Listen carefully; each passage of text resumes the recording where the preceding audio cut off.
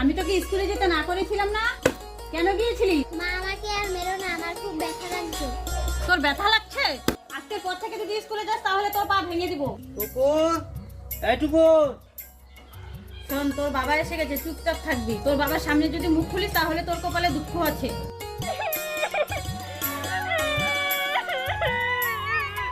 কিরে টুকুর, কি হয়েছে তোর? কান্না করছিস কেন? বাবা, তুমি যখন বাড়ি ছিলে না, মা আমাকে খুব মেরেছে। আমাকে আর মা স্কুলে যেতে দিবে না। আচ্ছা, এই কথা, চল আমার সাথে। তুমি কোথায় যাচ্ছ? তুমি আমার মেয়েকে ঘরে বন্ধ করে রেখেছো কেন? আর স্কুলে যেতে মানা করেছো?